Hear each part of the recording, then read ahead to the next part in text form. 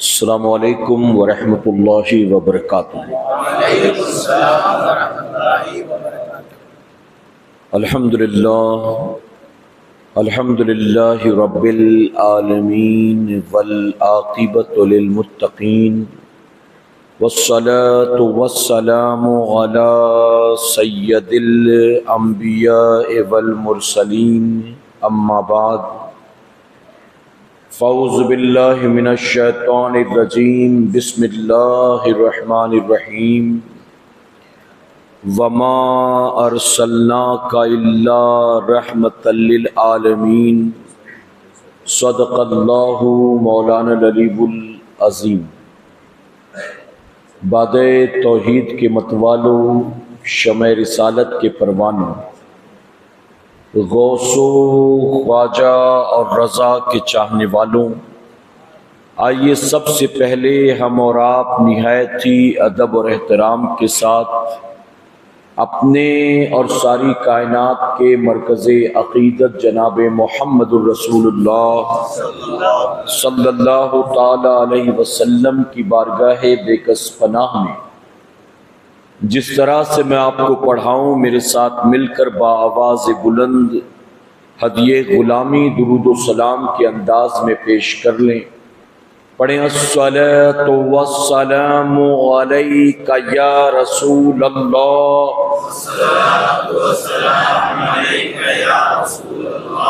الصلاۃ والسلام علیک یا حبیب اللہ،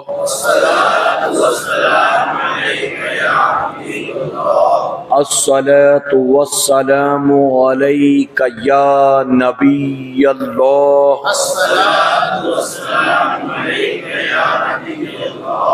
وعلی آلک واصحابک یا نور اللہ، صلی اللہ تعالی علیک وسلم۔ بسم اللہ الرحمن الرحیم۔ نویت سنت الاعتکاف۔ رب کعبہ کی بارگاہ میں دعا ہے، مولا اپنے حبیب صاحب لولاک صلی اللہ تعالی علیہ وسلم کے صدق و طفیل ہم تمام حاضرین اور سامعین کو تو دم واپسی تک حق کہنے، حق سننے اور اپنے حق والے بندوں کے دامن سے وابستہ رہنے کی توفیق نصیب فرما۔ ساتھ ہی بارگاہ رب العزت میں دعا ہے میرے کریم ہمیں خیر و عافیت کے ساتھ ماہ ربیع النور اور اپنے محبوب کے میلاد پاک کی تاریخ نصیب فرما، اور ہم گناہ گاروں کو، ہمارے والدین کو، ہماری قیامت تک آنے والی تمام نسلوں کو قرآن و سنت کے دائرے میں رہتے ہوئے آخری دم تک تیرے محبوب صلی اللہ علیہ وسلم کی میلاد پاک منانے کی توفیق نصیب فرما۔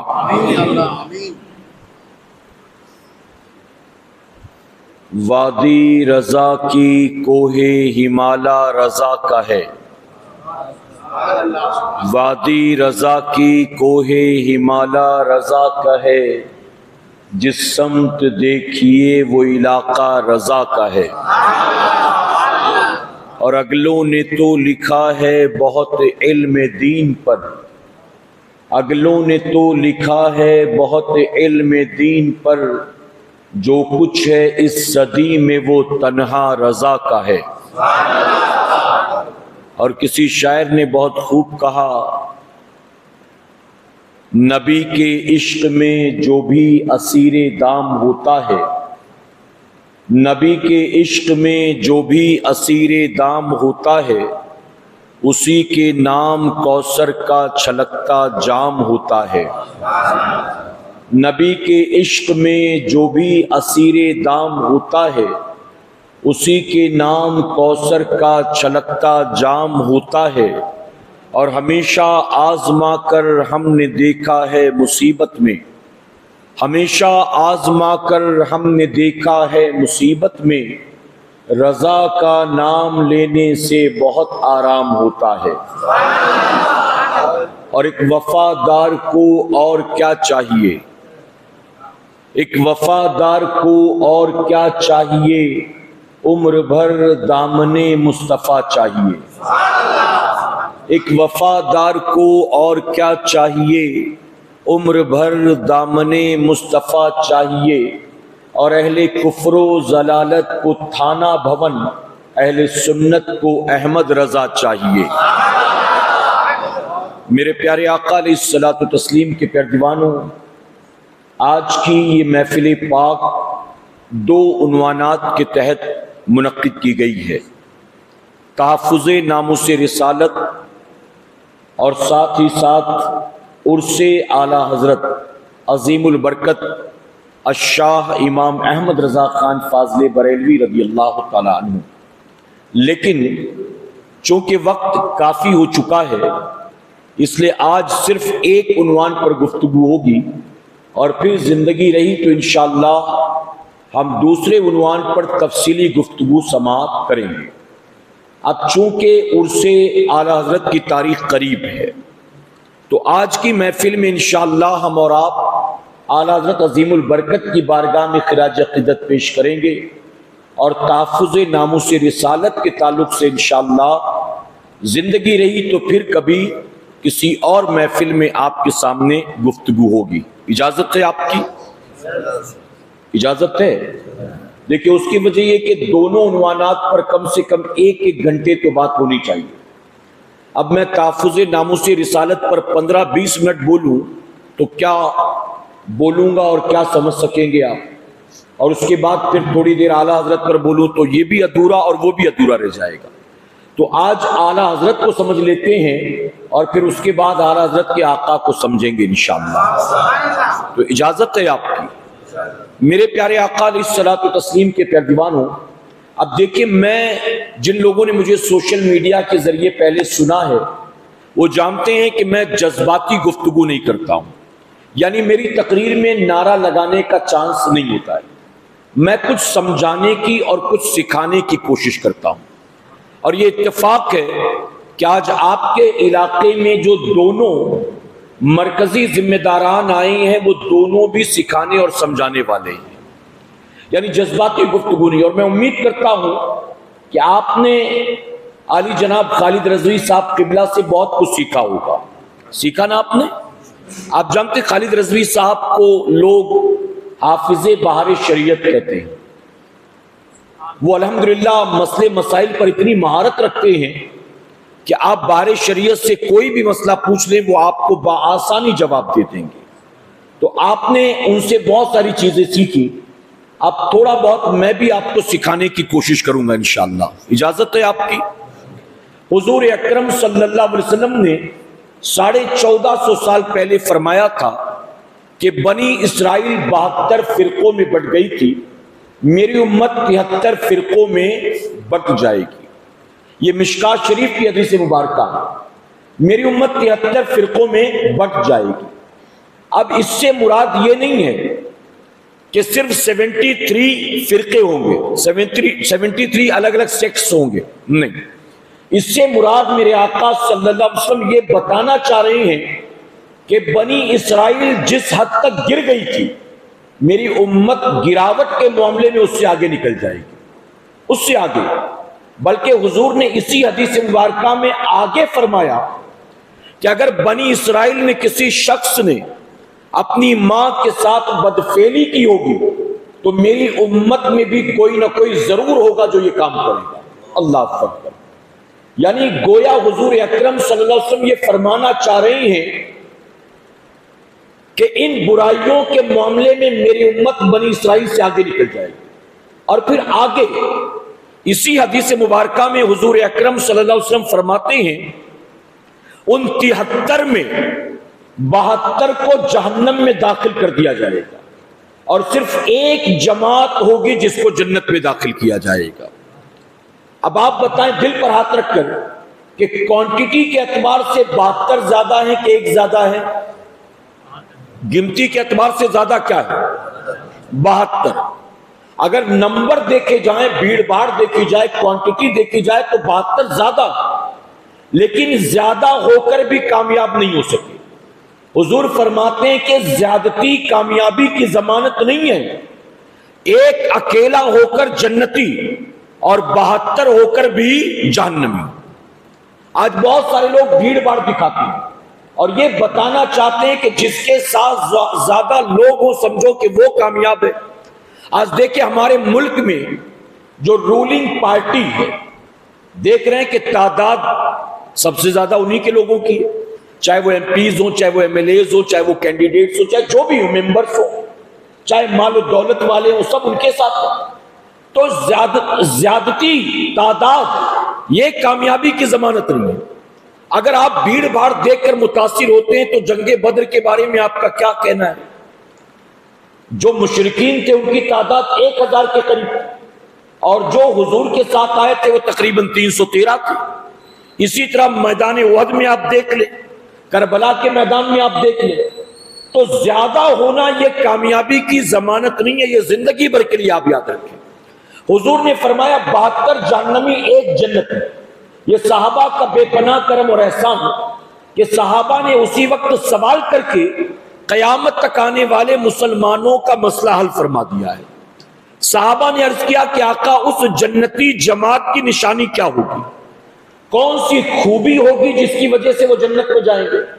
تو حضور اکرم صلی اللہ علیہ وسلم نے فرمایا کہ وہ لوگ میرے اور میرے صحابہ کی سنت پر عمل کرنے والے ہوں گے، میری اور میرے صحابہ کی سنت پر عمل کرنے والے ہوں گے۔ اور پھر حضور اکرم صلی اللہ علیہ وسلم نے اس جنتی جماعت کی بہت ساری نشانیاں گنائیں۔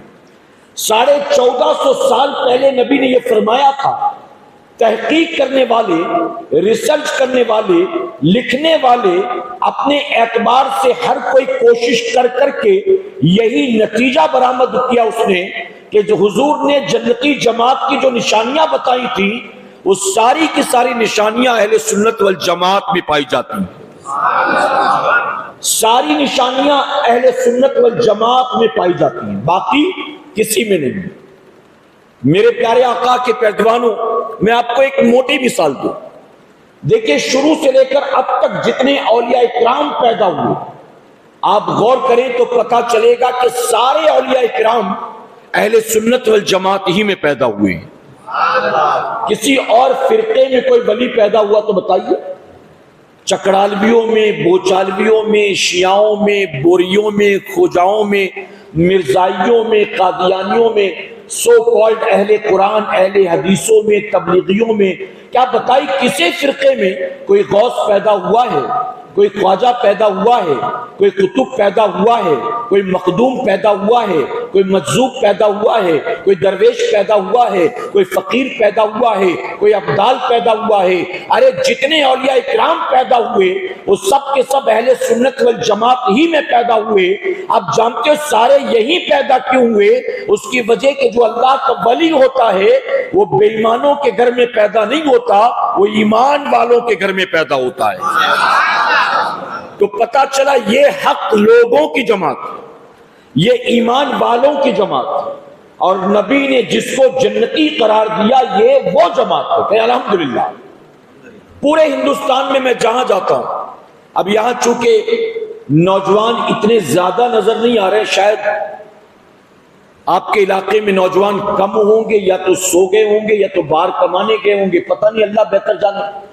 لیکن میں پورے ملک میں نوجوانوں کو مطمئن کرتا ہوں، سنیوں کو مطمئن کرتا ہوں کہ کل کوئی اپنے منہ میاں مٹھو بنے تو بنے، کوئی آپ کے کان بھرے تو بھرے، آپ کو رات بھر بٹھا کر گیان دے تو دے، لیکن کسی کے چکر میں آنے کی ضرورت نہیں ہے۔ آپ دنیا کے کسی کونے میں چلے جاؤ، مطمئن رہنا اللہ نے بد عقیداؤں کے گھر پیدا نہیں کیا ہے، اللہ نے خوش عقیدہ سنی مسلمان کے گھر میں پیدا فرمایا ہے۔ یہ جماعت وہ جماعت ہے کہ جہاں غوث و خواجہ پیدا ہوئے ہیں، بندہ نواز پیدا ہوئے ہیں۔ یہ وہ جماعت ہے جہاں اولیاء صوفیہ پیدا ہوئے ہیں، اور میں تو ایک مثال اور بھی دیتا ہوں، جیسے آپ میں سے شاید کسی نے پوچھا تھا کہ اعلیٰ حضرت عظیم بہت شدت اختیار کرتے تھے کیا؟ اللہ کا بے پناہ کرم اور احسان، اللہ نے ہم سنیوں کے سینے میں محبت والا دل رکھا ہے۔ بتائیے، ہے نا، ہمارے سینے میں جو دل ہے اس میں اللہ کی محبت ہے، اس میں رسول اللہ کی محبت ہے۔ ہم نے عیسیٰ علیہ السلام کا کلمہ نہیں پڑھا، موسیٰ علیہ السلام کا کلمہ نہیں پڑھا، ابراہیم علیہ السلام، نوح علیہ السلام کا کلمہ نہیں پڑھا۔ ہم نے پڑھا ہے تو امام الانبیاء کا کلمہ پڑھا ہے، لیکن جتنے انبیاء زمین پر جلوہ گر ہوئے، ہمارا یہ عقیدہ ہے ہر نبی سچا ہے، ہر نبی اچھا ہے، اور یہی وجہ ہے کہ ہم سارے نبیوں سے بھی محبت کرتے ہیں۔ ہم حضور کی اہل بیت سے محبت کرتے ہیں، حضور کی تمام بیویوں سے محبت کرتے ہیں، ہم حضور کے تمام صحابہ سے محبت کرتے ہیں، ہم تابعین اکرام تبع تابعین اکرام سے محبت کرتے ہیں، ہم تمام ائمہ سے محبت کرتے ہیں، ہم تمام مجددین سے محبت کرتے ہیں، ہم تمام سلاسل کے بزرگوں سے محبت کرتے ہیں، ہم تمام اولیاء صوفیہ سے محبت کرتے ہیں۔ اور ہم سنیوں کی محبتوں کا حال یہ ہے، اگر پتہ چلتا ہے کہ فلاں شخص سنی ہے، ہم اس عام سنی سے بھی محبت کرتے ہیں، صرف اس کی سنیت کی وجہ سے کہ اس کے دل میں غوث پاک کی محبت ہے، اس کے دل میں حضور کی محبت ہے، تو ہم اس سے بھی محبت کرتے ہیں۔ الحمدللہ ہمارے دل میں نفرت نہیں ہے، بغض نہیں ہے، اور اگر ہے تو ان کے لیے جو کہتے ہیں اللہ بھی جھوٹ بول سکتا ہے، جو کہتے ہیں نبی مر کر مٹی میں مل گئے، جو کہتے ہیں نبی کو مدد کے لیے نہ پکارو، وہ تو قیامت میں اپنی بیٹی فاطمہ کے بھی کام نہیں آئیں گے معاذ اللہ، جو کہتے ہیں کھڑے ہو کر سلام پڑھنا جائز نہیں، مدینے کی طرف رخ کر کے دعا مانگنا جائز نہیں، نبی کی میلاد منانا جائز نہیں، غوث پاک کی 11ویں منانا جائز نہیں۔ آپ کیا کہتے ہیں؟ ایسے لوگ جو حضور کی گستاخی کرتے ہوں، اہل بیت کی بے ادبی کرتے ہوں، غوث و خواجہ کو معاذ اللہ برا بلا کہتے ہوں، ہم ان کے ساتھ حسن سلوک سے پیش آئیں، محبت سے پیش آئیں؟ آپ جانتے ہیں ملفوظات غریب نواز نے یہ بات نقل، اجمیر شریف کا رہنے والا ایک نوجوان جو نیک بھی تھا بظاہر اور نمازی بھی تھا، جب موت کا وقت آیا تو سکرات کے وقت اس کو کلمہ میں اثر نہیں آ رہا، سکرات کے وقت کلمہ میں اثر نہیں آ رہا، لوگ پریشان کہ نیک تھا، نمازی تھا، پھر کلمہ کیوں نہیں؟ غریب نواز کی بارگاہ میں پہنچے کہ آخر اس نوجوان کو جو نیک تھا، نمازی تھا، پہلی سب کا نمازی، کسی سے لڑائی جھگڑا نہیں، کسی سے دشمنی نہیں، کسی سے بغض و عداوت نہیں، اس کو کلمہ کیوں نہیں میسر آ رہا؟ غریب نواز مراقبے میں گئے، تھوڑی دیر کے بعد واپس آئے، اور آپ نے آ کر کیا فرمایا؟ آپ نے فرمایا تم قیامت تک کوشش کرو پھر بھی اس کی زبان پر کلمہ جاری نہیں ہوگا۔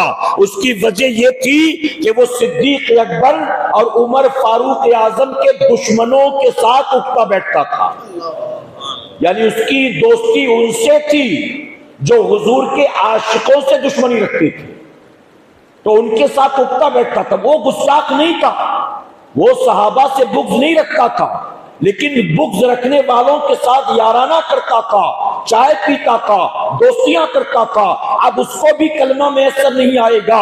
ارے جب صدیق اکبر اور عمر فاروق اعظم کے گستاخوں کے ساتھ اٹھنے بیٹھنے والے کو کلمہ نہ ملے تو جو ان کے آقاؤں کی گستاخی کرتا ہو، آپ سوچیں اس کا انجام کیا ہوگا۔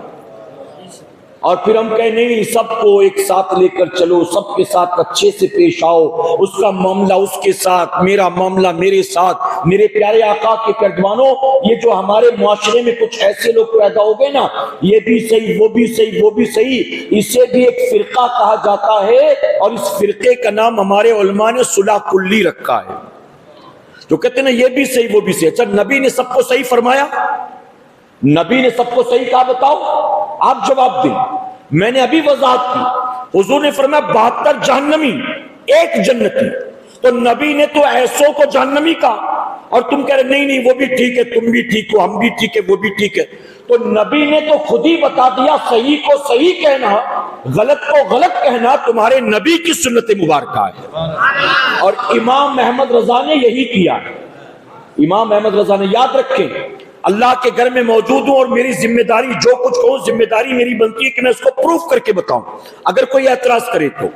اعلیٰ حضرت عظیم البرکت نے اپنی پوری زندگی میں 4 کے علاوہ 5ویں کو کافر کا فتویٰ نہیں دیا، اور میں ذمہ داری کے ساتھ یہ کہتا ہوں کہ جن لوگوں کو آپ نے کافر کا فتویٰ دیا ہے، امام محمد رضا خان فاضل بریلوی نے ان کو کافر بنایا نہیں تھا، بلکہ وہ کافر تھے، مسلمانوں کے لبادے میں چھپے تھے، میرے امام نے ان کو بے نقاب کیا۔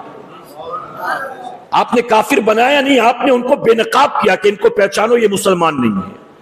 آپ نے ان کے عقائد بتائے لوگوں کو، اور یہ بھی یاد رکھیں چونکہ نوجوانوں کو بہت بہکایا جاتا ہے یہ باتیں کر کے۔ امام احمد رضا نے زندگی بھر صرف کافر کا فتویٰ دیا، کافر کا۔ میرے امام کا احتیاط تو اتنا تھا، آپ کو بتاؤں، میرے امام کا تو احتیاط اتنا تھا کہ میرے امام نے اسماعیل دہلوی کو بھی کافر کا فتویٰ نہیں دیا۔ کیوں؟ اس کی وجہ کہ اس کے بارے میں یہ مشہور ہو گیا تھا کہ مرنے سے پہلے اس نے توبہ کر لی تھی۔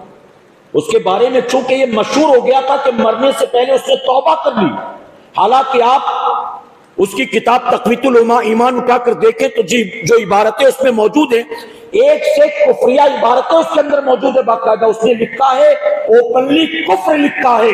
لیکن میرے امام کے احتیاط کا عالم یہ تھا کہ جب اس کے بارے میں مشہور ہو گیا کہ اس نے توبہ کر لی تھی، توبہ کر لی تھی، آپ نے اس کو بھی فتویٰ نہیں دیا۔ تو چلتے پھرتے کسی کو بھی فتویٰ دے دیں گے، کسی کو بھی۔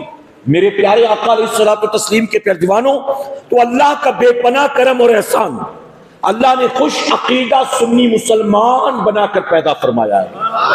اور یہ بھی سن لیں کل قیامت کے دن جتنے بھی مسلمان کہلانے والے فرقے ہیں، انہیں جنت تو کیا، جنت کی خوشبو بھی میسر نہیں آئے گی۔ جنت میں جائیں گے تو غوث و خواجہ کے چاہنے والے جائیں گے، امام الانبیاء کی میلاد منانے والے جائیں گے۔ حدیث مبارکہ میں آتا ہے، توجہ دیں آپ، حدیث مبارکہ میں آتا ہے جنت کی خوشبو 500 میل کی دوری تک آئے گی، 500 سال کے سفر کے دوری تک جنت کی خوشبو آئے گی۔ اچھا، کبھی کبھی میں سوچتا ہوں اور سفر پر نکلتا ہوں تو محسوس کرتا ہوں کہ جنت کی خوشبو 500 سال کے سفر کی دوری تک آئے گی، 500 میل کی دوری تک، لیکن جو ماں باپ کا گستاخ ہوگا، ماں باپ کا بے ادب ہوگا، اس کو جنت کی خوشبو میسر نہیں آئے گی۔ جنت کی خوشبو جنت سے نکل کر اتنی دوری تک پھیلے، لیکن ماں باپ کے بے ادب کو، ماں باپ کے گستاخ کو خوشبو نہیں ملے گی۔ تو ذرا سوچیں، ماں باپ کی جو گستاخی بے ادبی کرے، ان کے دل کو دکھائے، اس کو جنت کی خوشبو نہیں ملے گی۔ امام الانبیاء کی جو گستاخی کرے وہ جنت میں جائے گا؟ میرے پیارے آقا کے پیروانوں، بہت بڑی غلط فہمی ہے ہماری اور آپ کی۔ نمازیں فرض ہیں، لیکن نمازیں جنت میں جانے کا ذریعہ نہیں ہے۔ روزہ فرض ہے، لیکن کسی کا روزہ اس کو جنت میں لے کر نہیں جائے گا۔ زکوٰۃ فرض ہے مالک نصاب پر، لیکن کسی کی زکوٰۃ اس کو جنت میں لے کر نہیں جائے گی۔ ارے یہ تمام چیزیں اللہ نے ہم پر فرض و واجب قرار دیا ہے، ہم یہ سب کچھ اس کے وقت پر ادا کرتے رہیں، لیکن کبھی یہ نہ سمجھیں کہ اب یہ ساری چیزیں ہمیں جنت میں لے کر چلی جائیں گی، بلکہ آپ ان ساری عبادات کے ساتھ ساتھ یہ امید رکھیں اللہ کا کرم ہوگا تبھی جنت میں جائیں گے۔ اگر سجدوں کے بل بوتے کوئی جنت میں جانے والا ہوتا تو یقیناً ابلیس بھی جنتی ہوتا نا۔ مفسرین اس کے سجدوں کے بارے میں لکھتے ہیں، اس نے تو اتنی عبادت کی، اتنی عبادت کی، اتنی عبادت کی، اس کے سجدوں کو زمین پر بکھیر دیں تو کہیں رائی کے برابر جگہ نہ بچے گی۔ اتنے سجدے کر کے بھی کامیاب ہوا نہیں۔ میرے پیارے آقا کے پیروانوں، تو کسی کی عبادت، تقوی، شب بیداری اس کو جنت میں نہیں لے جائے گا۔ اللہ کا فضل و کرم ہوگا تب بندہ جنت میں جائے گا، اور یہ بھی آپ کو ماننا پڑے گا، اللہ فضل و کرم نبی کے گستاخوں پر نہیں کرے گا، اللہ اسی پر کرم کرے گا جو اس کے حبیب سے محبت کرنے والا ہوگا۔ ارے دروازے پہ بھکاری بھی آتا ہے نا، تو آپ کو کم دعا دیتا ہے، آپ کی آل اولاد کو زیادہ دعائیں دیتا ہے۔ اللہ آپ کے بچوں کو خوش رکھے، اللہ آپ کے بچوں کو ترقی دے، یوں دعائیں دیتا نا، وہ جانتا اس کو دعا دوں گا تو 2 روپے دے گا، بچوں کو دعا دوں گا تو 10 روپے دے گا۔ آپ سوچیں ایک باپ کو بھی اگر پٹانا ہو تو راستے کا منگتا بھی جانتا ہے کہ بچوں کے لیے دعا کرو، باپ خوش ہو جائے گا۔ اب تم اللہ کے حبیب کو معاذ اللہ برا بھلا کہو گے اور یہ سوچو گے کہ اللہ راضی ہو جائے گا، ہرگز یہ ممکن نہیں ہے۔ اگر اللہ کو راضی کرنا ہے تو رسول اللہ سے محبت کرنی ہوگی، اور اسی لیے ہم کہتے ہیں کہ الحمدللہ اللہ کا احسان ہے، اللہ نے گستاخوں کے گھر پیدا نہیں کیا، اللہ نے خوش عقیدہ سنیوں کے گھر پیدا کیا ہے۔ اچھا ایک سوال اور آپ سے پوچھتا ہوں، آپ مجھے دل پر ہاتھ رکھ کر جواب دیں، ہندوستان میں اسلام کا پرچم تبلیغیوں نے لہرایا ہے، مرزائیوں نے، قادیانیوں نے، یہ تو نام بھی پہلی بار سن رہے ہوں گے آپ، چکڑالویوں نے، بوچالویوں نے، نیچرویوں نے، نام نہاد اہل قرآن اہل حدیثوں نے۔ ہندوستان میں اسلام کا پرچم شیعوں، بوریوں، خوجاؤں نے لہرایا ہے، غریب نواز نے لہرایا ہے۔ شہاب الدین گوری آیا تھا، مقصد اسلام کا پرچم لہرانا نہیں، تخت و تاج تھا، مال و دولت حکومت مقصد۔ اسی طرح سے اور بھی مغل بادشاہ جو آئے تھے ان سب کا مقصد ملک پر قبضہ کرنا تھا، اپنے تخت و تاج و حکومت کے لیے۔ لیکن غریب نواز آئے تھے تو سب کچھ چھوڑ چھاڑ کر آئے تھے، اور اپنی ذات کے لیے نہیں آئے تھے، اپنے نانا کے حکم پر اسلام کا پرچم لہرانے کے لیے آئے تھے۔ یہاں ایک محبتوں والی بات آ گئی، اجازت ہو تو بتا دو، میرے پیارے آقا کے پیغمبر کو اسلام کا پرچم کس نے لہرایا؟ سمجھے نہیں آپ؟ کس نے لہرایا؟ اچھا یہاں والے کس انداز میں سنتے مجھے یہ بھی نہیں معلوم ہے، تو تھوڑا مہمان ہوں آپ کا، نیا ہوں، تھوڑا سا ساتھ دیں، آپ جب سوال پوچھو تو جواب دیں۔ اچھا کلاس روم میں ٹیچر بھی بچوں سے سوال پوچھتا ہے، پڑھاتا بھی ہے پھر پوچھتا بھی ہے، ریپیٹ کراتا ہے، کیوں؟ میرا اپنا تجربہ ہے، جب ریپیٹ کرواتے ہیں نا بات تو بات ذہن میں بیٹھ جاتی ہے، ورنہ یوں بیٹھے رہیں گے نا یوں تو کچھ سمجھ میں نہیں آتا ہے، تو تھوڑا دہرانے کی بھی کوشش کریں تاکہ بات ذہن میں محفوظ ہو جائے۔ اسلام کا پرچم کس نے لہرایا؟ صرف ہندوستان نہیں، ایشیا کے اکثر ملکوں میں جو لوگ مسلمان ہوئے یہ سلسلے چشتیہ کے بزرگوں کی محنت کا نتیجہ ہے، یہ تلواروں کے زور پر نہیں ہوا ہے، یہ صوفیہ اولیاء کی قربانیوں کا نتیجہ ہے۔ اور میرے پیارے آقا کے پیروانوں، غریب نواز نے اسلام کا پرچم لہرایا۔ آپ جانتے ہیں غریب نواز کی ٹوٹل ایج 97 سال، کتنے سال؟ 97 ایئرز، اور 97 سال میں غریب نواز نے 95 لاکھ لوگوں کو کلمہ پڑھایا ہے۔ محبت سے کہیں، ارے امام صاحب محنت کر کر کے تھک جاتے، 5 آدمی کو نمازی نہیں بنا پاتے، بتائیے غلط تو نہیں کہہ رہا ہوں؟ 5 آدمی کو نمازی نہیں بنا پاتے، آخر میں چھوڑ دیتے، چھوڑو یہ سدھرنے والی قوم نہیں ہے، ان کے پیچھے محنت کرنا بیکار، یہ تو سدھرنے والے ہیں ہی نہیں، تھک جاتے ہیں۔ غریب نواز نے بے نمازیوں کو نمازی نہیں بنایا ہے، غریب نواز نے جو خاندانی طور پر کفر شرک میں ڈوبے ہوئے تھے اس دلدل سے نکال کر ان کی پیشانی کو رب کی بارگاہ میں جھکا دیا، کتنا بڑا کارنامہ انجام دیا۔ اور غریب نواز گستاخ رسول کا نام نہیں ہے، عاشق رسول کا نام ہے۔ اور یہ بھی سن لو سنیوں، غریب نواز غیر مقلد کا نام نہیں ہے، امام اعظم ابو حنیفہ کے مقلد کا نام ہے۔ ہم سنی ہیں، ہم حنفی ہیں، آخر وجہ کیا ہے؟ اس کی وجہ کہ ہمیں جو ایمان کی دولت جس نے لا کر دی، ہمیں جنہوں نے کلمہ پڑھایا ہے وہ غریب نواز سنی تھے اور امام اعظم ابو حنیفہ کے مقلد تھے۔ تو ہم بھی اس لیے حنفی ہیں۔ جو لوگ کہتے ہیں نا آج کسی امام کو ماننے کی ضرورت نہیں، کہتے کہ نہیں کہتے؟ ایسے فرقے مجھے نہیں پتا کیا آپ کے آس پاس ہے کہ نہیں، دنیا میں بہت پھیل رہے ہیں لیکن تیزی سے، بلکہ میں تو کہتا ہوں آج کل مارکیٹ میں 2 چیزیں زیادہ چلتی ہیں، ایک ہے سیلفی اور دوسرا ہے سلفی۔ یہ دونوں چیزیں بہت دھڑلے سے چل رہی ہیں۔ اچھا دونوں ڈینجرس ہے، سیلفی سے جان کا خطرہ ہے اور سلفی سے ایمان کا خطرہ ہے۔ آپ نے دیکھے کتنے ویڈیوز دیکھے ہوں گے نا کہ سیلفی کے چکر میں ٹرین نے اڑا دیا، سیلفی کے چکر میں ٹرین سے نیچے گر گیا، سیلفی کے چکر میں بائک لے کے پلٹ گیا، دیکھا ہوگا آپ نے. تو یہ دونوں ڈینجرس ہے. اللہ دونوں سے بچنے کی توفیق عطا فرمائے. اچھا آمین تو کہہ رہے ہیں لیکن آخر میں مسافہ کم کریں گے, سیلفی زیادہ نکالیں گے. کہ مجھے پتا ہے ساؤتھ میں یہ کلچر بہت عام ہو گیا ہے. اچھا لوگ مسافہ بھی نہیں کرتے, وہ آتے ہیں بغل میں کھڑے ہو کے خود ہی فوٹو نکالتے ہیں. حضور نے مسافے کی فضیلت بیان کی ہے, سیلفی کی نہیں آئی کہیں بھی. سیلفی کی فضیلت کہیں بھی نہیں. اچھا یادگار کے طور پر رکھ لو ٹھیک ہے, لیکن اللہ کے بندے مسافہ تو کر لے, پہلے مسافہ تو کر لے. مسافہ کرتا ہی نہیں ہے, بس سیلفی نکالتا. میرے پیارے آقا علیہ الصلوۃ والتسلیم کے پیروانوں, تو غریب نواز الحمدللہ آپ امام اعظم ابو حنیفہ کے مقلد تھے, اور میں پہلی بار آپ کے علاقے میں آیا ہوں. یہ بھی آپ کو بتاتا چلا جاؤں, آج جو غیر مقلد ہم کو بات بات میں ڈراتا ہے اور کہتا ہے یہ میلاد منانا کہاں بخاری میں لکھا ہے, یہ مسلم میں کہیں لکھا ہے, تو بتاؤ یہ جلسے کہاں لکھے, یہ چراغاں کہاں لکھا, یہ محفلیں کہاں لکھی, یہ چادر کہاں لکھا, یہ عرس کہاں لکھا. جو بات بات میں بخاری مسلم کی بات کرتا ہے اس سے کہو تم چونکہ غیر مقلد ہو, اور تمہارے نزدیک جو مقلد ہوتا ہے وہ مسلمان نہیں ہوتا ہے, تو تم امام بخاری اور مسلم کا نام مت لو, کیونکہ وہ تمہاری طرح غیر مقلد نہیں تھے, وہ دونوں امام شافعی کے مقلد تھے.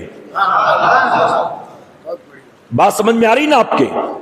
بلکہ جنہوں نے ترمذی, امام ترمذی, ابو داؤد, مشکات شریف, ابن ماجہ, یہ حدیث کی جتنی کتابیں بڑے بڑے ائمہ نے لکھا, ایک بھی غیر مقلد نہیں تھا, سب کسی نہ کسی امام کے مقلد تھے, اور اکثر ائمہ امام شافعی کے مقلد اکثر. یہ بھی سن لے آپ, اور علماء بھی موجود ہیں. میرے پیارے آقا کے پیروانوں, تو ایشیا کے اکثر ملکوں میں اسلام سلسلے چشتیہ کے بزرگوں کے ذریعے پھیلا ہے. اب یہاں ایک بات اور بتا دوں, ہمارے مبلغین بار بار یہ کہتے ہیں کہ جب آپ اجتماع میں آؤ تو کسی ایک اور ساتھی کو ساتھ لانا, اگر وہ سبحان اللہ بولے گا آ کر تو اللہ اس کی سبحان اللہ کا ثواب آپ کو بھی عطا فرمائے گا. ہم یوں دعوت دیتے ہیں. مجھے غریب نواز کی شان و عظمت یاد آتی ہے کہ جب ایک آدمی آئے آپ کے ساتھ اجتماع میں اور 10 بار سبحان اللہ بولے تو اس کو تو 10 بار سبحان اللہ بولنے کا ثواب ملے گا, لانے والے کو اللہ 20 بار سبحان اللہ کا ثواب دے گا. 10 جو اس نے بولا ہے اور 10 جو اس کے ساتھ آنے والے نے بولا ہے. میں کہتا ہوں غریب نواز نے 95 لاکھ لوگوں کو کلمہ پڑھایا, اور اب یہ 95 لاکھ نہیں رہے, یہ کروڑوں میں تبدیل ہو گئے ہیں. اگر اپنے ملک کی بات کی جائے تو تقریباً 25-28 کروڑ تو یہاں کلمہ پڑھنے والے ہیں. اگر پاکستان کی بات کی جائے 20-22 کروڑ تو وہاں کلمہ پڑھنے والے ہیں. اگر بنگلہ دیش کی بات کی جائے, اگر نیپال کی بات کی جائے, اگر بھوٹان کی بات کی جائے, ایشیا کے تمام ملکوں کا کیلکولیشن کرو تو پتا چلے گا یہ کروڑوں ملا کر اربوں میں تبدیل ہو گئے ہیں. اب یہ اربوں مسلمان اگر صرف جمعہ کی 2 رکعت بھی پڑھتے ہوں گے, ان سب کو ان کی 2 رکعت کا ثواب ملتا ہوگا, اور ان سب کے برابر اللہ غریب نواز کو ثواب عطا فرماتا ہے. ابھی جتنوں نے سبحان اللہ بولا نا, ہر ایک کی سبحان اللہ کا ثواب بھی غریب نواز کے کھاتے میں لکھا جائے گا. رمضان کے روزوں کا ثواب بھی, ہم سب کے روزوں کا ثواب بھی غریب نواز کو ملتا ہے. تو گویا اللہ نے وہ انتظام کر دیا اپنے ولیوں کے لیے کہ ولی زمین کے نیچے آرام کر رہا ہے, لیکن اللہ نے وہ انتظام کر دیا کہ لمحہ لمحہ اس کے درجات بلند ہوتے رہتے. اسی لیے میں کہتا ہوں اللہ ولیوں کو پتھر کنکر بنا کر پیدا نہیں کرتا, اللہ ولیوں کو چاند ستارے بنا کر پیدا فرماتا ہے. اور چاند ستاروں پر کوئی تھوکنے کی کوشش کرے تو اس کا تھوک وہاں جائے گا, اس کا تھوک اسی کے منہ پر آ کر گرے گا. آج اگر کوئی غوث اعظم کو برا بلا کہے تو غوث اعظم کی شان گھٹنے والی ہے. اگر آج کوئی یزید کی تعریف کرے اور امام حسین کو برا بلا کہے معاذ اللہ, اور یہ کہے کہ یزید حق پر تھا اور امام حسین کی غلطی تھی سب معاذ اللہ, تو کیا بتائیے امام علی مقام کی شان میں کوئی کمی آ جائے گی؟ کوئی غریب نواز کے عرص پاک کا انکار کر دے تو ان کی عظمت میں کوئی کمی آنا ہے؟ کچھ بھی نہیں, بلکہ یہ خود اپنے ہاتھ سے اپنی قبر کھود رہا ہے, یہ خود اپنے ہاتھ سے اپنی جہنم تیار کر رہا ہے. تو اللہ کا احسان کہ اللہ نے ہمیں خوش عقیدہ سنی مسلمان بنا کر پیدا کیا. اب آگے میں آپ کو بتاؤں, ہمیں ایمان کی دولت دی ہے غریب نواز نے. کس نے دیا ہے؟ ہمیں قرآن لا کر کس نے دیا؟ ہندوستان والوں کو کس نے دیا؟ غریب نواز نے. آپ جانتے ہیں یہاں ایک محبت کی بات یاد آئی. شاہ ولی اللہ محدث دہلوی رحمۃ اللہ علیہ، آپ مدینہ شریف میں حضور کے روضے کے سامنے بیٹھ کر درس دیا کرتے تھے، حدیث کا درس، حالانکہ تھے دہلی کے، لیکن آپ اپنا ملک چھوڑ کر مدینے چلے گئے تھے کہ اب جینا بھی یہیں یا مرنا بھی یہیں، آپ وہاں درس دیتے تھے۔ ایک رات حضور اکرم صلی اللہ علیہ وسلم خواب میں تشریف لائے اور نبی نے فرمایا کہ تم اپنے ملک واپس چلے جاؤ، تم جا کر دہلی میں لوگوں کو حدیث سنایا کرو۔ دہلی میں آنکھ کھلی تو رونے لگے کہ میں تو آیا تھا کہ یہیں اب مروں گا اور حضور واپس بھیج رہے۔ آقا کے روضے مبارک پر پہنچے، رو رو کر جالیوں کے سامنے دعا کرنے لگے، کوئی بے ادبی ہو گئی، کوئی غلطی ہو گئی، مجھے معاف کر دے آقا، میں جانا نہیں چاہتا ہوں، یہیں رکھ لیں۔ جانتے جب دعائیں کی، گھر گئے، سوئے، حضور خواب میں تشریف لائے اور میرے آقا نے فرمایا کہ تو میرا مدینہ نہیں چھوڑنا چاہتا ہے، کیوں؟ کیونکہ مدینے میں میرا روضہ ہے، مدینے میں میرا گنبد ہے، تیرا جب جی چاہتا ہے تو میرے روضے اور گنبد کے سامنے آ کر زیارت کر لیتا ہے۔ وہ جب حدیث کا درس دیتے تو دینے سے پہلے حضور کی بارگاہ میں حاضری دیتے، درس سے فارغ ہوتے تو حضور کی بارگاہ میں حاضری دیتے۔ اب جانتے حضور خواب میں تشریف لاتے اور فرماتے ہیں تو اپنے ملک واپس چلا جا، ہم تجھے اپنے فیض سے محروم نہیں کریں گے۔ ارے تو مدینے میں ہمارا گنبد اور روضہ دیکھتا ہے، ہم وعدہ کرتے ہیں اگر تو واپس جا کر ہماری حدیث کی تعلیم کو عام کرے گا، ہم روزانہ تجھے اپنا دیدار کرائیں گے۔ مدینے میں تو گنبد دیکھتا ہے، دہلی میں تو گنبد والے کو دیکھے گا۔ تو غریب نواز ہندوستان آئے، قرآن لا کر کس نے دیا؟ نماز لا کر کس نے دیا؟ مدینے کا پتہ کس نے بتایا؟ کربلا مولا کا راستہ کس نے بتایا؟ آپ جانتے ہیں میرے نبی جب نماز سے فارغ ہوتے تو دائیں طرف گھوم کر دعا کرتے تھے۔ آپ کے امام صاحب بھی کرتے ہوں گے نا؟ تو آپ کے امام صاحب تو اس لیے گھوم رہے ہیں کیونکہ اس طرح گھومنا حضور کی سنت ہے، لیکن حضور کیوں گھومے تھے؟ صحابہ نے عرض کیا آقا جب نماز پڑھتے ہیں تو رخ قبلے کی طرف ہوتا ہے، کعبہ کی طرف، اور فارغ ہوتے ہیں تو دعا کے لیے دائیں طرف کیوں؟ تو حضور نے فرمایا اس طرف ہند ہے اور ہند سے مجھے وفا کی خوشبو آتی ہے۔ اسی کو کسی بریلوی شاعر نے نہیں، شاعر مشرق ڈاکٹر اقبال نے لکھا، میرے عرب کو آئی ٹھنڈی ہوا جہاں سے، میرے عرب کو آئی ٹھنڈی ہوا جہاں سے، میرا وطن وہی ہے، میرا وطن وہی ہے۔ آپ جانتے حضور دیکھ رہے تھے، یہ اس وقت حضور نے فرمایا تھا جب ہندوستان میں کوئی مسجد نہیں تھی، کوئی مزار نہیں، گنبد نہیں، مینار نہیں، خانقاہ نہیں، دارالعلوم نہیں، مکتب نہیں، جامعہ نہیں، کسی مسجد سے حی علی الصلاح حی علی الفلاح کی صدائیں بلند کرنے والا کوئی نہیں، بلکہ حضور نے جب فرمایا تھا اس وقت تو یہاں کوئی کلمہ پڑھنے والا بھی نہیں تھا۔ پھر نبی نے یہ کیوں فرمایا تھا؟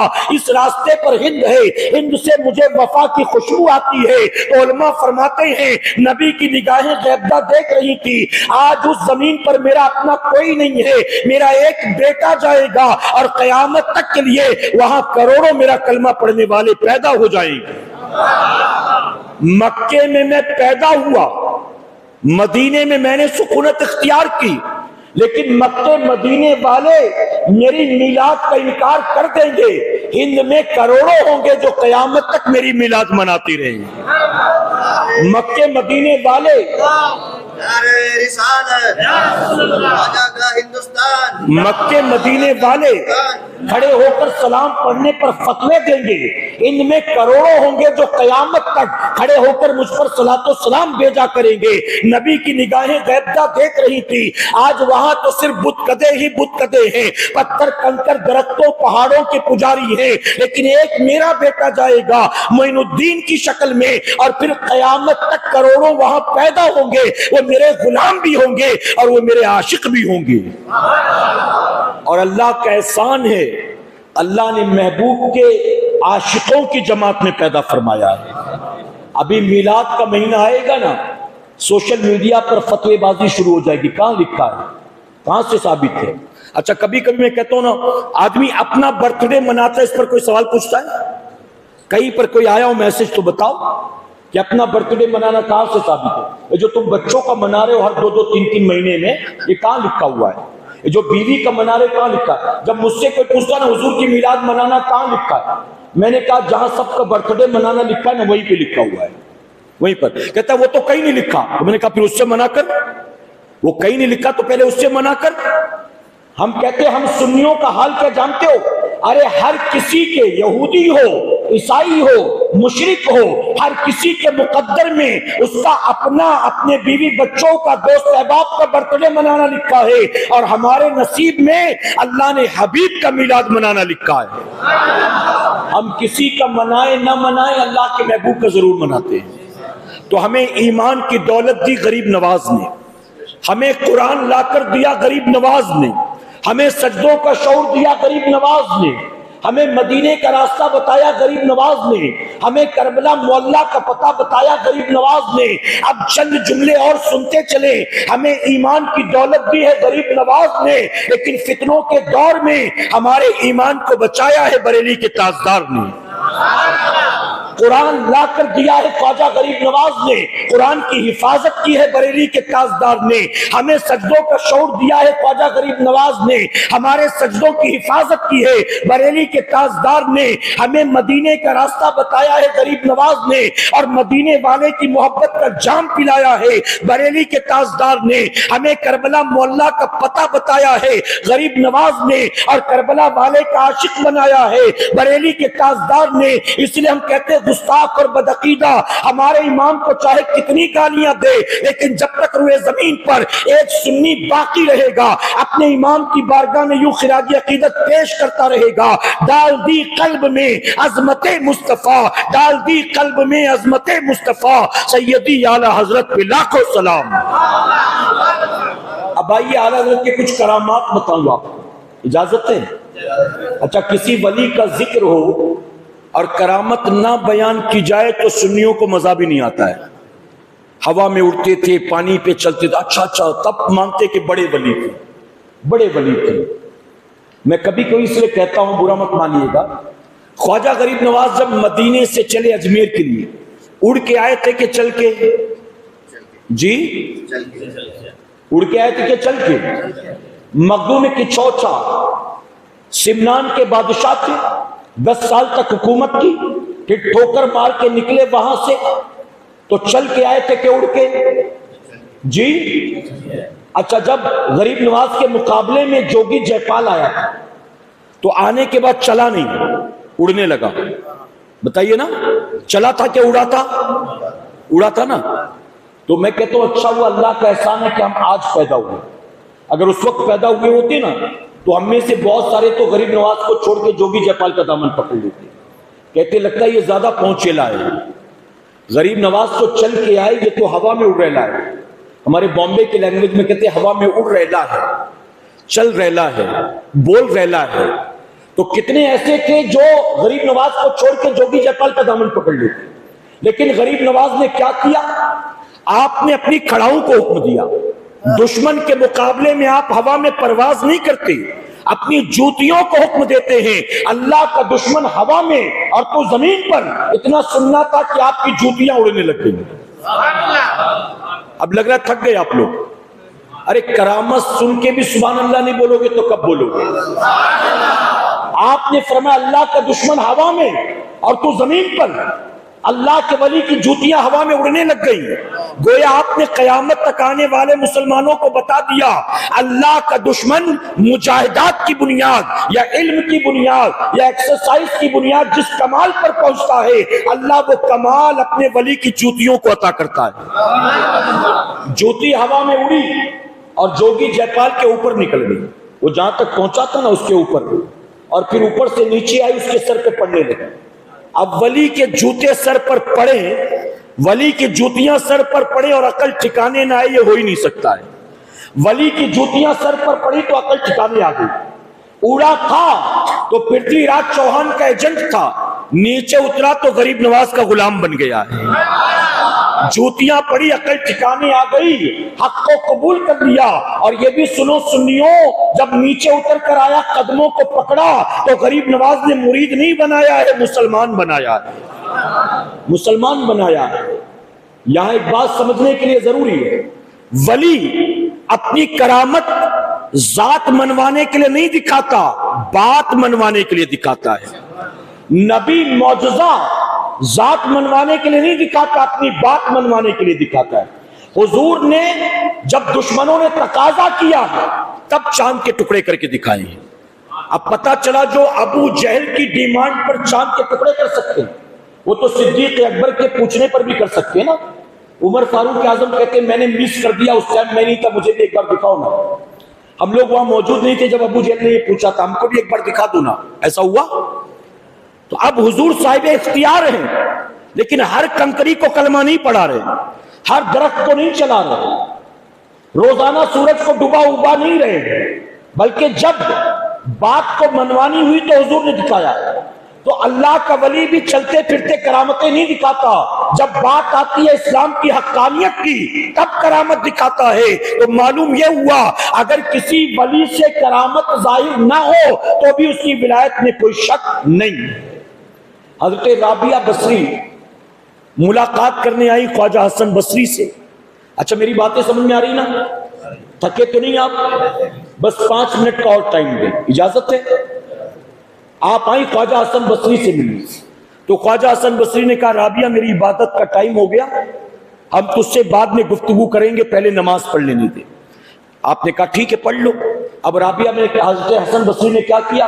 پانی کے اوپر مصلی بچھایا، اپنے مصلی کو پھینکا پانی پر، وہ پانی پر تیرنے لگا، اس پر کھڑے ہو کر نماز پڑھنے لگے۔ جب حضرت رابعہ نے دیکھا تو کہا اچھا یہ بات ہے، آپ نے اپنا مصلی ہوا میں پھینک دیا، آپ کا مصلی ہوا میں اڑنے لگا، آپ اس کے اوپر سوار ہو کر عبادت کرنے لگے، اس پر چڑھ کر نماز پڑھنے لگی۔ جب دونوں فارغ ہو گئے تو حضرت رابعہ نے کیا کہا جانتے حضرت خواجہ حسن بصری سے؟ آپ نے فرمایا خواجہ حسن بصری سے حسن تو نے پانی پر عبادت کی اور میں نے ہوا میں اڑ کر عبادت کی، لیکن سن نہ تو نے کوئی کمال کیا نہ میں نے کوئی کمال کیا، اس کی وجہ کہ یوں تو پانی میں رہنے والی چھوٹی چھوٹی مچھلیاں بھی پانی میں اللہ کا ذکر کر لیتی ہیں، ہوا میں اڑنے والی مکھیاں بھی ہوا میں اڑ اڑ کر اللہ کا ذکر کر لیتی ہیں، ہم نے کوئی کمال نہیں کیا ہے اے حسن بصری، نہ ہوا میں اڑنا کمال ہے نہ پانی پہ چلنا کمال ہے، بلکہ فتنوں کے دور میں نبی کی سنتوں پر سختی سے عمل کرنا یہ سب سے بڑا کمال ہے۔ اب اس کو سامنے رکھ کر اعلیٰ حضرت کی کرامت بتاؤں میں۔ 4 سال 4 مہینے 4 دن کی عمر میں آپ کی بسم اللہ خوانی ہوئی، توجہ ہے آپ کی؟ 4 سال 4 مہینے 4 دن کی عمر میں بسم اللہ خوانی ہوئی اور 13 سال میں آپ فاضل ہو گئے ہیں، آپ کے سر پر فضیلت کی دستار رکھی گئی ہے۔ یہ کرامت نہیں ہے کیا؟ ہاں؟ اور جس دن فارغ ہوئے 13 سال 10 مہینے 5 دن کی عمر میں آپ نے زندگی کا پہلا فتویٰ دیا ہے۔ آج ہمارے ہاں تو مدرسے میں لوگ کہتے نہیں 11-12 سال کا ہوگا پھر لے کے آنا، بتائیے نا، ارے کم سے کم اپنا کپڑا تو دھو سکتا ہو، اپنا برتن تو دھو سکتا ہو، خود نہا دھو سکتا ہو، اتنا بڑا ہو جائے سمجھدار ہو جائے تب۔ ہمارے یہاں تو داخلے بھی 13 سال میں ہوتے ہیں اور میرا امام تو 13 سال میں فاضل ہو گیا، عالم فاضل ہو گئے۔ آپ نے پہلا فتویٰ دیا زندگی کا، اپنے والد کو دکھایا، آپ کے والد نے دیکھا فتویٰ، اب وہ فتوے کی بھی لمبی کہانی میں اس میں نہیں جاتا، آپ کے والد نے دیکھا فتوے میں سب سے پہلے جواب قرآن کی آیات تھی اور اس کے بعد حدیث مبارکہ کی روشنی میں پھر بزرگان دین کے اقوال تھے، ان ساری چیزوں کی روشنی میں آپ نے جواب دیا تھا۔ آپ کے والد نے پیشانی کو چوما ہے اور کہا بیٹا آج سے فتوے دینے کی ذمہ داری تیرے کاندھے پر ہے۔ پھر میرے امام نے پوری زندگی فتوے دیے، افریقہ سے فتویٰ آتا تھا، شری لنکا سے آتا تھا، برما سے آتا تھا، سعودی عرب سے آتا تھا، مختلف ملکوں سے فتوے آتے تھے مختلف زبان میں، اور میرے امام کی کرامت یہ تھی سوال جس لینگویج میں ہوتا تھا آپ جواب بھی اسی لینگویج میں دیا کرتے تھے۔ اچھا کبھی کبھی ہم مفتی صاحب کے پاس جاتے ہیں نا، ہندی میں سوال لکھ کے، مفتی صاحب بولتے ہیں اس کو اردو میں لکھوا کے لانا، اردو میں لکھوا کے لے کر آنا۔ میرے امام کا حال یہ تھا جس زبان میں سوال کیا جاتا اس زبان میں آپ جواب دیا کرتے تھے. کتنی بڑی کرامت ہے. پوری زندگی فتوے دیے اور پوری زندگی بھر کے فتاووں کو جب جمع کر کے کتاب کی شکل دی گئی تو فتاوی رضویہ شریف کی تقریباً 30 جلدیں تیار ہو گئی ہیں, اور وہ بھی جہازی شکل میں, اور ایک ایک جلد میں تقریباً 800-900 صفحے موجود ہیں. یہ عمر بھر کے فتاوے. امام احمد رضا خان فاضل بریلوی کو دوسری کرامت, اللہ نے آپ کو 104 سے زائد علوم پر مہارت عطا فرمایا ہے. محبت سے کہیں, دنیا کی سب سے بڑی یونیورسٹی آکسفورڈ یونیورسٹی, وہاں پر 32 یا 36 علوم پڑھائے جاتے ہیں. اعلیٰ حضرت عظیم البرکت کو جو نئی ریسرچ سامنے آئی ہے, اس ریسرچ کے مطابق اللہ نے 104 سے زائد علوم پر مہارت عطا فرمایا ہے. آپ سے پوچھنے والے نے پوچھا اتنا کہاں پڑھا آپ نے؟ تو فرماتے 22 علوم ایسے ہیں جو میں نے اپنے والد سے پڑھے ہیں. 22 علوم میں نے والد سے پڑھے, اور باقی سب کچھ اللہ نے حبیب کے صدقے میں عطا فرما دیا ہے. اور جانتے کس کس علوم کے ماہر تھے آپ کے دور میں؟ کوئی الجبرا کا سوال ہوتا, میتھمیٹکس کا حل نہ کر پاتے کوئی, آپ کی بارگاہ میں حاضر ہوتے اور آپ چٹکیوں میں حل فرما دیتے تھے. کوئی سائنس کا مسئلہ ہوتا, کوئی جغرافی کا مسئلہ ہوتا, کوئی چاند ستاروں کے آنے جانے کا مسئلہ ہوتا, یہاں تک کہ وہ بڑے بڑے عیسائی جنہوں نے پروفیسی کی تھی, یعنی جنہوں نے بھوشوانیاں کی تھی 2 سال کے بعد ایسا ہوگا, 20 سال کے بعد ایسا ہوگا, آپ نے تحقیق کر کے قرآن و حدیث کی روشنی میں ان سب کا رد فرما دیا ہے. اور نیوٹن نے جتنے لاز بنائے تھے آپ نے سارے لاز کا ایک ایک کر کے رد فرمایا ہے. یہ آپ کی تحقیق ہے. میرے پیارے آقا کے پیروانوں, اگر صرف اعلیٰ حضرت اور سائنس پر گفتگو کی جائے, میں نے ایک مرتبہ کیا تھا تقریباً 1.25 گھنٹے کا, 1 گھنٹے 35 منٹ کا میرا بیان ہے. آپ کی ساری تحقیقات جو ایک ایک چیز پر, زمین گھوم رہی ہے کہ سورج گھوم رہا ہے, ان ساری چیزوں پر کمال یہ تھا کہ مسلمانوں کے لیے جواب قرآن و حدیث کی روشنی میں دیتے تھے, اور سائنس دانوں کے لیے, دنیا کے باطل مذاہب والوں کے لیے آپ سائنس کی اور ریسرچ کی روشنی میں جوابات فراہم کیا کرتے تھے. امام احمد رضا کی تیسری کرامت یہ ہے, آپ نے اپنی پوری زندگی میں تقریباً 1000 سے زائد کتابیں لکھی ہیں. محبت سے کہیں, 1000 سے زائد کتابیں لکھی ہیں امام احمد رضا خان فاضل بریلوی نے. جبکہ حال یہ ہے کہ ساری کتابیں تو ہم پرنٹ بھی نہیں کرا سکے, ساری کتابیں ہم سنیوں نے پرنٹ نہیں کرا. جانتے ہو آپ کتاب لکھتے تھے اور پرنٹ کیسے کرواتے تھے؟ مال کی بڑی فراوانی نہیں تھی, آپ کے کروڑ پتی مریدین نہیں تھے, کتاب کیسے پرنٹ ہوتی تھی؟ آپ کہیں کسی پروگرام میں جاتے, دعوت میں جاتے, اور کوئی آپ کو ہدیہ دیتا تھا, مسافہ کرتا, آپ لے لیتے, لینے کے بعد فرماتے کہ یہ تم نے مجھے دیا ہے, میں نے قبول کر لیا, کیونکہ حضور کی سنت ہے تحفہ دینا بھی اور لینا بھی, یہ میں نے قبول کر لیا. لیکن آپ اس کو واپس لوٹاتے اسی شخص کو اور اپنی کتاب دیتے اور فرماتے کہ یہ کتاب میں نے لکھی ہے, اس رقم سے اس کتاب کو پرنٹ کرا کر لوگوں میں تقسیم کرا دینا, اللہ اس پر تمہیں بھی ثواب دے گا اور مجھے بھی ثواب عطا فرمائے گا. اس طرح سے آپ نے اپنی کتابوں کو عام کیا ہے. میرے پیارے آقا کے پیروانوں, ایک مرتبہ اعلیٰ حضرت عظیم البرکت بریلی شریف کی ایک دکان میں گئے تیل لینے کے لیے, ایک خالی شیشی لے کر گئے. دکاندار سے کہا کہ ایک بوتل تیل کتنے کا ملتا ہے؟ اس نے کہا 4 آنے کا. آپ نے اس کو بوتل دی اور 4 آنے دیے.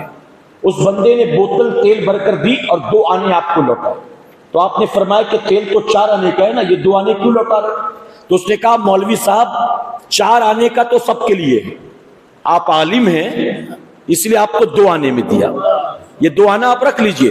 تو اعلیٰ حضرت نے 2 آنے اس کو لوٹائے اور لوٹا کر فرمایا کہ احمد رضا 2 آنے میں اپنا علم نہیں بیچتا ہے. کہ محبت سے سبحان اللہ. احمد رضا 2 آنے میں اپنا علم نہیں بیچتا. جب سب کے لیے 4 آنا ہے تو میرے لیے ڈسکاؤنٹ کیوں رکھو؟ اور ہمارا حال کیا جانتے ہو, ہم کہیں جاتے تو سوچتے ہیں اپنے کو دیکھ کے تو ڈسکاؤنٹ دے گا یہ کسی مسلمان دکان والے کے یہاں چلو نا یار, اپنے کو دیکھ کے تھوڑا بہت ڈسکاؤنٹ ہو جائے گا. ہم تو چاہتے ہیں کہ ہمارا علم دیکھ کر, گیٹ اپ دیکھ کر, حلیہ دیکھ کر, ہم کو دیکھ کر یا ہمارا ویڈیو دیکھ کر ہم کو ڈسکاؤنٹ ملے. اور میرے امام نے کہا کہ میں اپنا علم 2 آنے میں نہیں بیچتا ہوں. میرے پیارے آقا علیہ الصلوۃ والتسلیم کے پیروانوں, اب آخری بات عرض کروں گا, اجازت ہے آپ کی؟ ابھی آپ نے سنا اعلیٰ حضرت عظیم البرکت کو اللہ نے 104 سے زائد علوم پر مہارت عطا کی. ایک بہت بڑے اسکالر ملے مجھے گلبرگہ شریف میں جو یونیورسٹی میں پڑھاتے ہیں.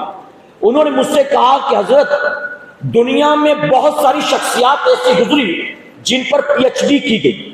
بہت ساری شخصیات, ہٹلر ہو, آئنسٹائن ہو, جواہر لال نہرو ہو, گاندھی جی ہوں, جن پر بھی پی ایچ ڈی دنیا میں کی گئی. پیدائش سے لے کر مرنے تک اس کی پوری زندگی پر ریسرچ کر کے اسے کتاب میں جمع کر دیا گیا. لیکن امام احمد رضا خان فاضل بریلوی کی ذات وہ ذات ہے کہ جن پر کئی سالوں سے ریسرچ جاری ہے اور ریسرچ ختم ہونے کا نام ہی نہیں لے رہی.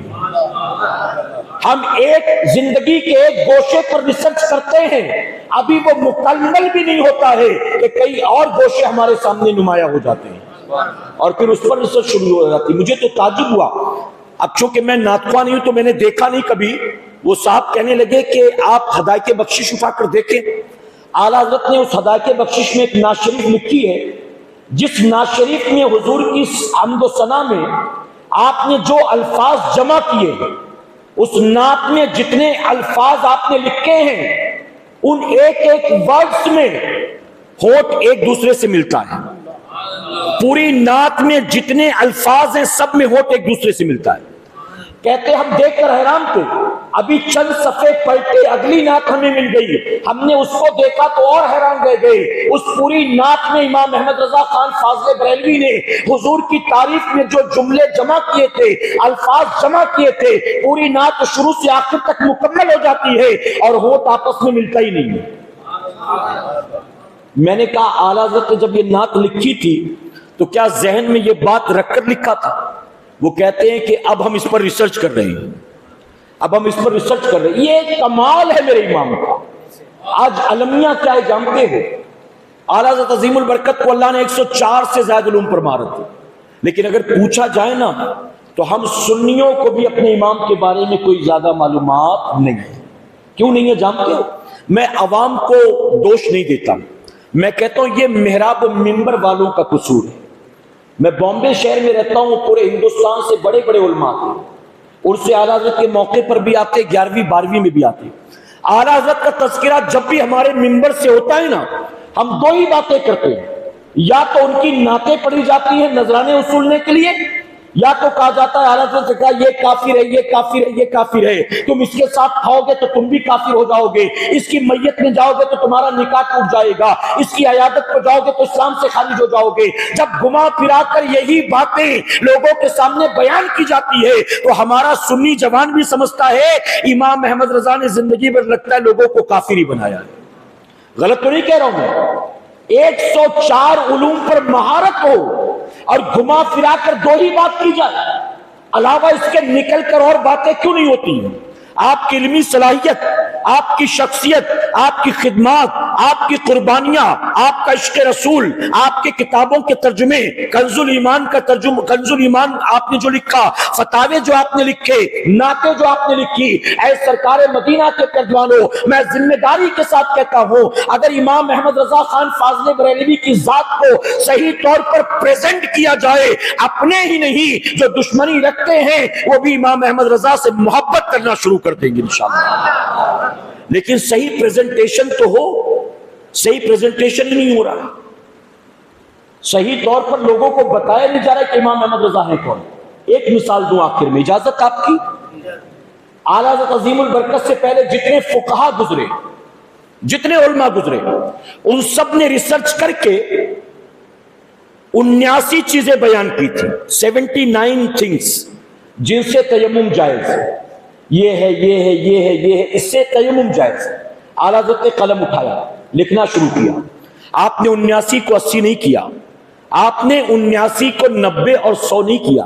میرے امام نے جب اس ٹاپک پر لکھنا شروع کیا تو تمام فقہا نے 79 لکھا تھا, امام احمد رضا نے 181 لکھا ہے.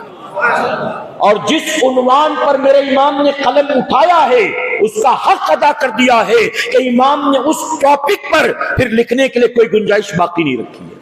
اس لیے ہم کہتے ہیں اعلیٰ حضرت نے جن 4 لوگوں کو کافر کا فتویٰ دیا نا, اگرچہ ان کے ماننے والے میرے امام کو گالیاں دیتے ہیں، لیکن وہ اب بھی ثابت نہیں کر سکے کہ امام احمد رضا کا فتویٰ غلط ہے اور یہ چاروں مسلمان تھے، اب بھی پروف نہیں کر سکے۔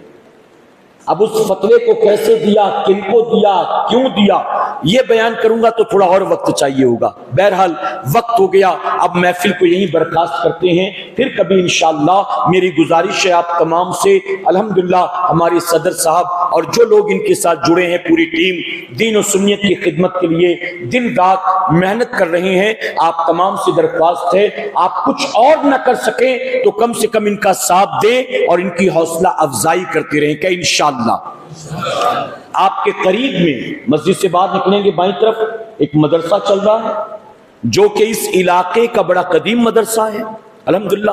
اب تک ہزاروں کی کھیپ یہاں سے نکل چکی ہے، یہاں سے نکل کر ہزاروں بچے الحمدللہ پوری دنیا میں قرآن سنا رہے ہوں گے۔ جنہوں نے اس کی بنیاد رکھی، جن کے ذہن میں خیال آیا، جنہوں نے اس کی شروعات کی، اگرچہ وہ اپنی قبروں میں ہوں گے لیکن اس کے باوجود جب تک یہ خدمت جاری رہے گی اللہ اس کا اجر ان کو قبر میں عطا فرمائے گا۔ اگر آپ اس سے جڑیں گے نا تو اس کا فائدہ آپ کو بھی ہوگا، آپ کی نسلوں کو بھی ہوگا انشاءاللہ۔ میرے پیارے آقا کے پیغمبروں، جب بھی دینی کام کے لیے کوئی اٹھے نا تو ٹانگ نہ کھینچا کرو، اس کی مدد کرنے کی کوشش کیا کرو۔ میں گجرات کے علاقے میں گیا، راجستھان کے علاقے میں گیا تھا، پچھڑا ہوا علاقہ تھا، کسانوں کا، کھیتی باڑی کرنے والوں کا۔ مدرسے کی دستار بندی میں گیا تھا، 2 بچے فارغ ہوئے تھے۔ وہاں مولانا صاحب نے مجھ سے کہا کہ حضرت جب میں نے مدرسہ شروع کیا تھا اس وقت اور آج زمین آسمان کا فرق ہے۔ اس وقت تو بچوں کے ایک وقت کا کھانا جٹانا مشکل تھا اور پورے گاؤں والے اب مل کر مدرسے کو تعاون کرتے ہیں۔ میں نہیں کہوں گا، آپ گاؤں والوں سے پوچھیں کہ اب ان کی کنڈیشن کیا ہے۔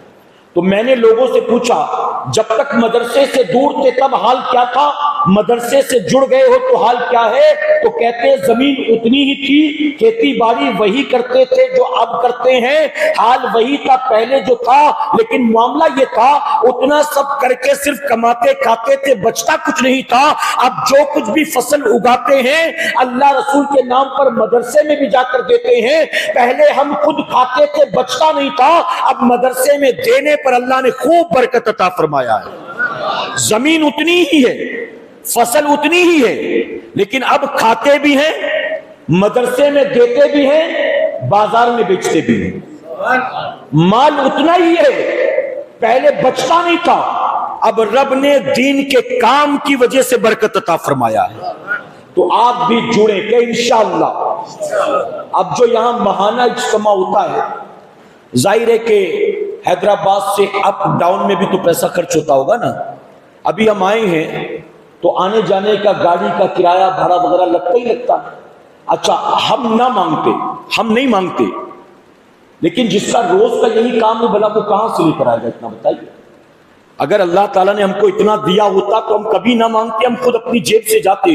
اور ہمارے بزرگوں نے، حضور مفتی اعظم ہو، شیربیش اہل سنت ہو، حضور حافظ ملت ہو، ان بزرگوں کی زندگیاں دیکھیں، یہ دعوت کا انتظار نہیں کرتے تھے، یہ خود جا جا کر دین کا کام کیا کرتے تھے۔ آج تو ہم انتظار کرتے ہیں حیدرآباد والے بلائیں گے تو آپ جائیں گے، فلاں علاقے والے بلائیں گے تو ہم جائیں گے، ہم تو انتظار کرتے ہیں۔ تو ہم دین کے کام کے لیے نکلتے ہیں تو بتاؤ خرچ ہوتا ہے نا مال؟ تو جو ماہانہ اجتماع ہوتا ہے ظاہر ہے کہ حیدرآباد سے اپ ڈاؤن کا بھی تو خرچ ہوتا ہوگا، مدرسہ چل رہا ہے اس میں بھی اچھا خاصا مال لگتا ہوگا۔ آپ خود فکر کریں، اپنے ذمہ داران سے رابطہ قائم کریں، اور اگر اللہ نے اس لائق بنایا ہے اپنے مال کا منہ اللہ کے نام پر کھول دیں، پھر دیکھیں اللہ کسی کا محتاج نہیں بنائے گا۔ دین کے نام پر آج خرچ کرو گے، آپ کے بعد آپ کی نسلیں بھی بیٹھ کر اطمینان کی روٹی کھائیں گی انشاءاللہ۔ سیدنا عثمان غنی کے پاس بہت تھا، لیکن انہوں نے اپنی ذات پر سوچ سمجھ کر خرچ کیا، اللہ رسول کے نام پر سب کچھ لٹا دیا ہے۔ نتیجہ کیا جانتے ہیں؟ آج بھی ہم پڑھتے ہیں مسجد نبوی شریف کا آج کا پورا مینٹیننس جو ہے وہ بھی سیدنا عثمان غنی کے پیسے سے ہوتا ہے۔ آج بھی آپ کا جو بینک میں بیلنس رکھا گیا، اس وقت تو بینک نہیں تھا نا، آپ کے باغات کی انکم کا جو پیسہ ہوتا ہے وہ بینک میں رکھا جاتا ہے، اور اسی پیسے سے آج بھی مسجد نبوی شریف پوری مینٹین کی جاتی ہے۔ اب بتائیے ان کو جا کر تو سینکڑوں سال گزر چکے ہیں، لیکن قبر میں بھی اللہ ان کو اس کا اجر عطا فرما رہا ہے۔ ہم بھی اس دین کے کام سے جڑنے کی کوشش کریں کہ انشاءاللہ اپنے علاقے کے نوجوانوں کو تیار کریں، بار بار باہر سے لوگوں کو نہ بلائیں، یہاں تیار کریں مبلغین کو، تحریک کی برانچ قائم کریں، سنی دعوت اسلامی کی برانچ کو مضبوط کریں، لوگوں کو قریب لانے کی کوشش کریں۔ اللہ ہم سب کو مل جل کر اخلاص کے ساتھ دین و سنت کی خدمت کی توفیق عطا فرمائے۔ وما علینا الا البلاغ۔ جب آپ جانے لگیں تو باہر ہمارا مکتب بھی آیا ہوا ہے بامبے سے، مکتب طیبہ سے ہدیتاً کوئی نہ کوئی تحفہ ضرور حاصل کریں۔ یہ عطر ہے جو نان الکوہلک ہے، اس میں کوئی حرام اشیاء نہیں ہے، اور آپ جانتے ہیں کہ خوشبو کا لگانا حضور اکرم صلی اللہ علیہ وسلم کی سنت مبارکہ ہے، آپ لے کر جائیں۔ چھوٹی سی کتاب جس میں چھوٹی چھوٹی دعائیں، بڑے بڑے فضائل، چھوٹی چھوٹی درود شریف، بڑی بڑی فضیلتیں، میری گزارش ہے کہ اس کو لے جائیں اور اس میں سے دعائیں یاد کرنے کی کوشش کریں۔ اگر ایک ہفتے میں بھی ایک دعا یاد کریں گے تو ایک مہینے میں کتنی یاد ہوگی جی؟ ایک ہفتے میں ایک، تو مہینے بھر میں 4، 2 مہینے میں 8، 3 مہینے میں 12، رمضان شریف آنے تک تو پوری بک یاد ہو جائے گی۔ ہم نے بامبے میں دیکھا لوگ افطار کے لیے رمضان شریف میں آتے ہیں، مسجد میں دسترخوان پر 50 آدمی بیٹھے، لیکن کسی ایک کو بھی دعا کرنا نہیں آتا ہے۔ سب یا تو ایک دوسرے کا منہ دیکھتے، یا تو سموسہ اور کباب دیکھتے، یا تو گڑی دیکھتے، باقی دعا کرنا کسی کو نہیں آتا ہے۔ تو آپ یہ دعائیں یاد کریں، آپ کے کام آئیں گے انشاءاللہ، ٹھیک ہے؟ اسی طرح اسلام کے اصول، یہ کتاب مکتب پر موجود ہے۔ اللہ نے فرشتے کیوں پیدا کیے، انسان کیوں، جنات کیوں، موت اور حیات کیوں، تقدیر کا بھلا برا ہونا کیوں، یہ مبلغ اسلام علامہ علیم الدین صدیقی میرٹھی رحمۃ اللہ علیہ کی لکھی ہوئی کتاب ہے۔ آپ ہیں میرٹھ کے، آرام جنت البقیع میں کر رہے ہیں، سبحان اللہ کے، جنت البقیع میں آرام کرنا کوئی معمولی چیز ہے؟ حضور نے فرمایا تم میں سے اگر کسی سے ہو سکے تو میرے مدینے میں مرے، اگر ہو سکے تو مدینے میں مرے۔ اس لیے ہم کہیں اور مرنے کی دعا نہیں کرتے، مدینے میں مرنے کی دعا کرتے ہیں نا۔ اچھا کوئی سوئٹزرلینڈ چلا جائے، انگلینڈ چلا جائے، امریکہ چلا جائے، مرنا چاہتا ہے؟ ارے ہندوستان میں پیدا ہوا، یہاں بھی مرنا نہیں چاہتا، لیکن مدینے جاتا ہے تو دعا کرتا ہے آقا اپنے شہر میں 2 گز زمین عطا فرما دیجئے، مدینے کا کفن عطا کر دیجئے، مدینے کی مٹی عطا کر دیجئے۔ لوگ مدینے میں مرنے کی تمنا کرتے ہیں، پیدا ہوئے میرٹھ میں آرام کر رہے جنت البقیع میں، اور آپ کے ہاتھوں پر پوری دنیا میں ہزاروں لوگوں نے اسلام قبول فرمایا ہے۔ آپ انگریزی میں مناظرہ کرتے تھے عیسائیوں سے اور ان کو مسلمان بناتے تھے، عربی میں مناظرہ کرتے تھے، افریقن لینگویج میں مناظرہ کرتے تھے۔ میری گزارش ہے کہ اس کتاب کو لے کر جائیں۔ اسی طرح ایک مسلمان کا دوسرے مسلمان پر 6 حق ہے، وہ کیا کیا ہے، ادا کریں تو کیا انعام، نہیں ادا کریں گے تو کیا عذاب ہوگا، آپ اسے بھی مکتب طیبہ سے حاصل کرنے کی کوشش کریں۔ خواتین کے واقعات اپنے گھر کی عورتوں کو لے جا کر توفتاً یہ ضرور دیں، ان سے کہیں کہ اس کو پڑھیں، صحابیات کی قربانیوں کے قصے اس کے اندر موجود ہیں۔ اللہ ہم سب کو کہنے سننے سے زیادہ عمل کی توفیق عطا فرمائے۔ وما علینا الا البلاغ۔ السلام علیکم۔